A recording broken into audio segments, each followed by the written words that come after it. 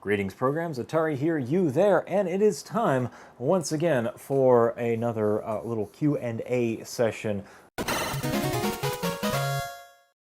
As you see, I'm still holed up in the quarantine bunker, but hopefully, fingers crossed, hopefully we should be easing up on some of our restrictions fairly soon. It's been about 6 weeks or so.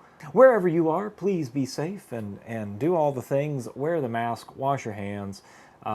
Just make sure you dispose of those things properly, because people are just like throwing them willy-nilly on the ground after they're done with them, and that doesn't help anything and makes things even worse. So, okay, this is from the SX64 floppy drive repair video. Gromdik says, if you could test if it was just the head who failed, it would act the same way. Well, I did that. I could have fixed the head. In fact, I still have the unit that I used to repair it, and I intend on fixing that at some point.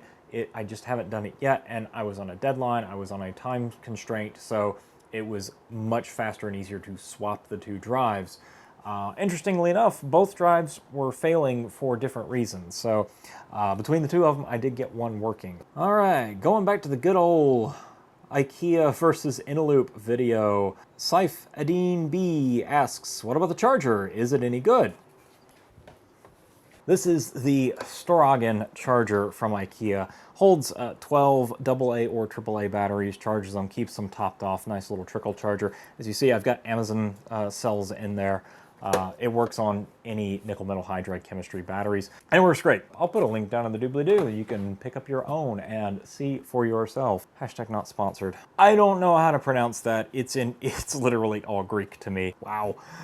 I've never actually used that phrase so literally before. Well, I was going to buy 24 Inaloop Pro 2.5 milliamp hour and a charger. Thank you. Well, you're welcome. Go for it. Dole89 says, not 4-pack of batteries, but pack of 4 batteries. But tomato, potato, potato. We don't have time to be pedantic, okay? People understand what I'm talking about. This is just this, like, terrible pedantry that people get into because, oh, I want to be smarter than somebody else in some way, but whatever. Puyan Talabi says, I have the Ikea Lada batteries, but they have a huge problem. They are a little bit larger than the standard size, so you have to push them in hardly to fit in nearly 80% of devices, and that's disgusting. That's just a limitation of the nickel metal hydride chemistry. Most nickel metal hydride batteries, because of the way the cells are constructed, they're just slightly, like a ½ millimeter thicker than like a standard AA, alkaline AA. It's not disgusting, you just have to deal with it. I'm sorry. That is the price of progress. Here's one from the Arduino for Kooks series. Okulda Physic says, please continue. I like to do those every once in a while, so maybe I will do more in the future. But in the meantime, there's all kinds of instructional videos. Check out the playlist. I'll put a link up there or down in the doobly-doo or something like that. Okay, going to the running Windows 98 on the Raspberry Pi video. Jonathan L. asks, how did you move the image from the Windows machine to the Raspberry Pi file? Only the Pi boot file is visible with insufficient space for the image. The SD card has enough space for the image, but the partition clearly has no path. What you do is you create the image on the Raspberry Pi. It dynamically resizes itself based on the amount of space that it needs. That's how QEMU works. That's how a virtual drive works. Then you install the Windows 98 on top or onto that image. You can do it that way, or you can also do it. You can, I believe, what I did on this one is install Windows 98 running on QEMU on a Windows machine, and then move that onto a jump drive, and then use that to move that onto the Raspberry Pi. Either way will work.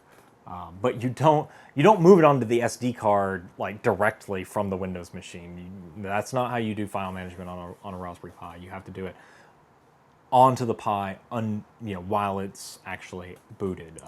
You treat the SD card like it's fixed media, and don't use that as removable media because it's a boot sector, and you don't want to mess with the SD card. Anyway, that's how that works.